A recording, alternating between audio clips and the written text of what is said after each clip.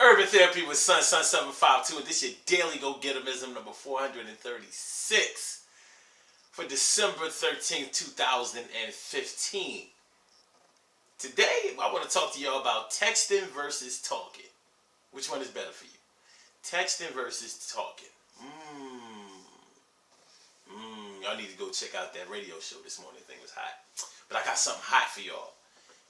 This is by one of my favorite singers ever, Queen of Soul, maybe the best singer ever. It's disputed, you know what I'm saying? But she definitely has to be in the probably top 5 of all time.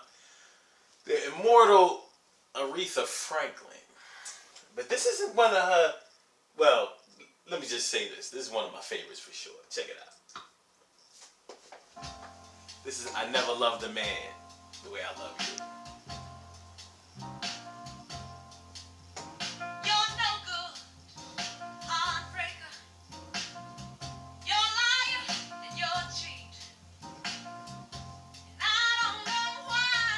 Straight blues.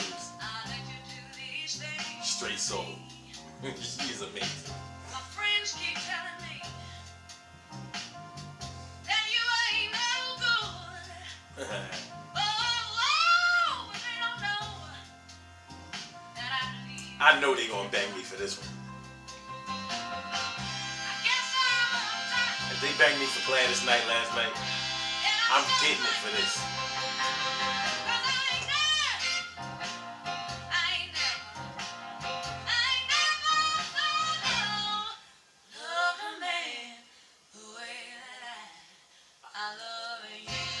She is sick with it. Alright, so we're gonna get. Hold on. Chill. We're gonna get to the rest of it, man. I might have to just play the whole joint because it's short. It's only 2 minutes and 42 seconds, so we might just have to rock out, whatever. But listen, texting versus talking. Which one do y'all prefer to do?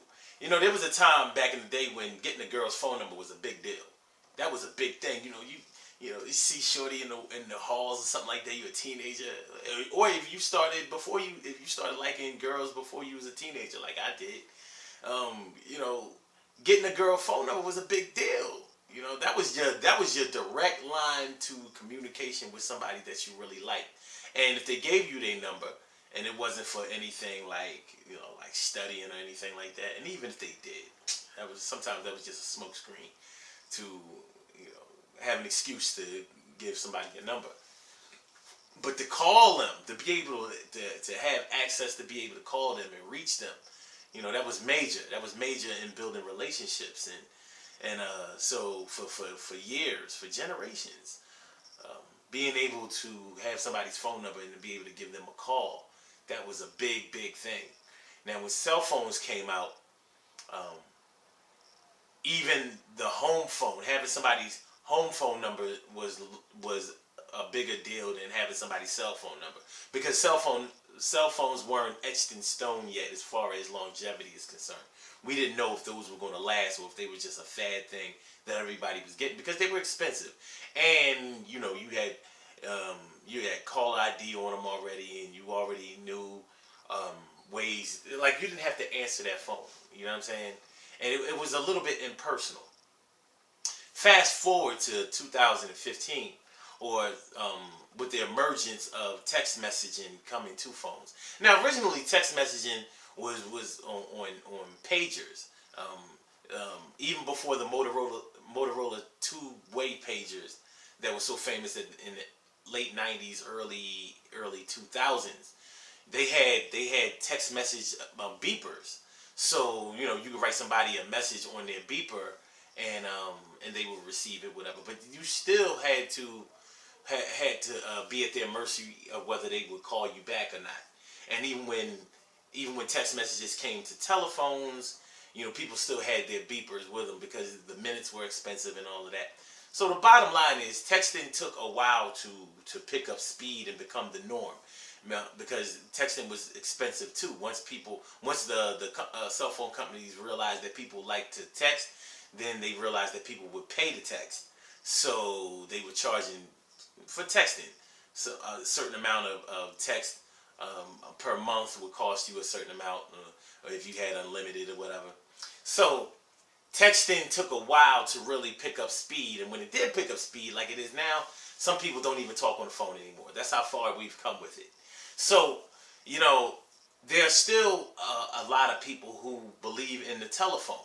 You can call them the older generation or whatever, but there are plenty of people who believe that texting is impersonal because they have text lingo now. They have shorthand. A lot of people don't really, to be totally honest, a lot of people just don't really know how to write, and they're texting anyway because texting it has a lot of shortcuts that compensate for your lack of um of being able to write properly.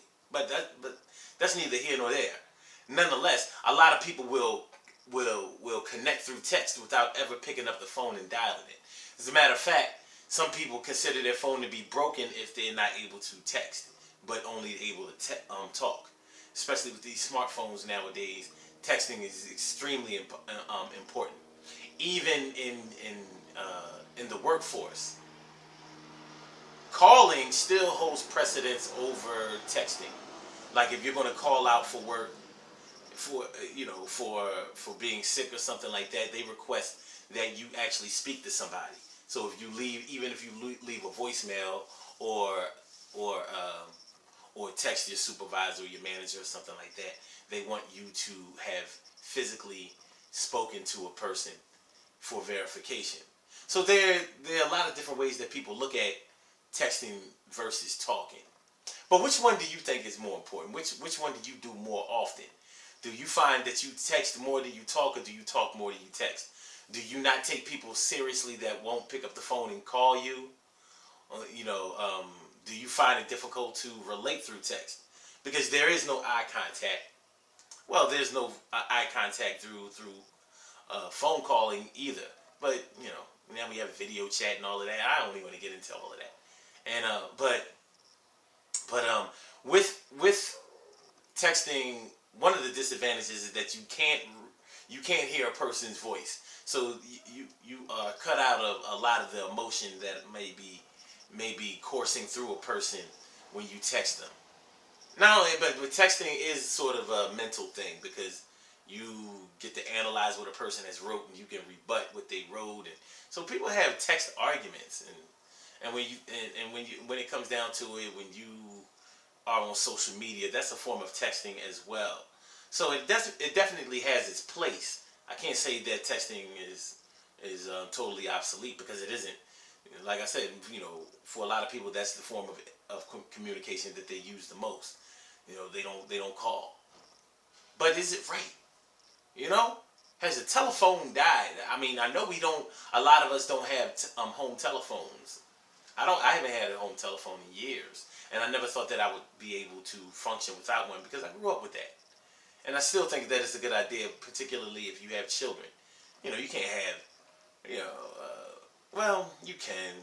I'm thinking about the teachers when you are listed as the emergency contact. I still believe that you should have somebody's home that should be listed on there. Not just the cell phone, because the landline has a certain reliability to it that cell phones don't offer. Cell phones are very vulnerable to weather conditions and power outages, whereas the telephone, you need this amount of power just to make the phone work, unless it's a cable line. But that's another story. Good things happen to those who wait. Great things happen to those who grind, and anything can happen to those who go for theirs. So go hard, go for yours, and whether it's texting or calling or whatever, the most important thing is that the mode of communication that you use to communicate with somebody is a good line, a good mode of communication, and that you keep that line of communication open and fluid and definitely expansive. In other words, you're able to keep the lines wider and wider open so somebody can understand exactly where you're coming from and that your message is conveyed to them clearly. Now, if you're able to do that through text, good for you. You may only be able to do that through calling. I personally, I do both. I definitely text and talk. But if I had to have one remain in one stay, I would choose talking. Because I'm used to it. You know, talking on the telephone. But what would you choose? I don't know. Let's listen to the rest of this Aretha Franklin joint because I love the way it ends. And I think y'all going to dig it too. So I'll holler at y'all tomorrow. And don't forget about the Mind Right and Body Better fitness program. We had it yesterday and it was the bomb. It was the shit. And we're going to do it again next Saturday. Make sure y'all come through. Alright? Alright. That's the 19th, by the way. Holla.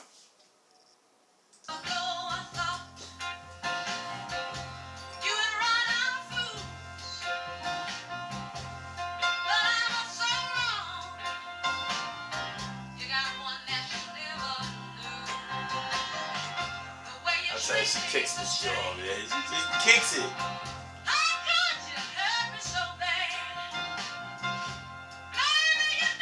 Yo, get that Aretha Franklin, man. Yo, buy her the greatest hits. That's like pure soul music. Good shit.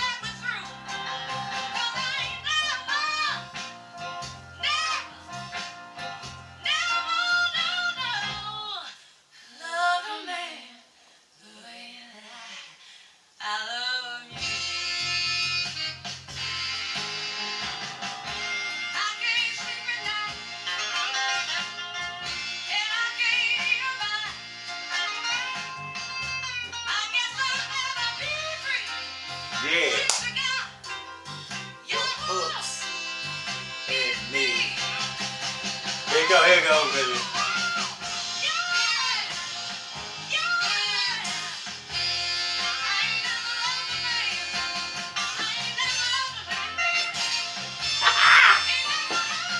It's your sick.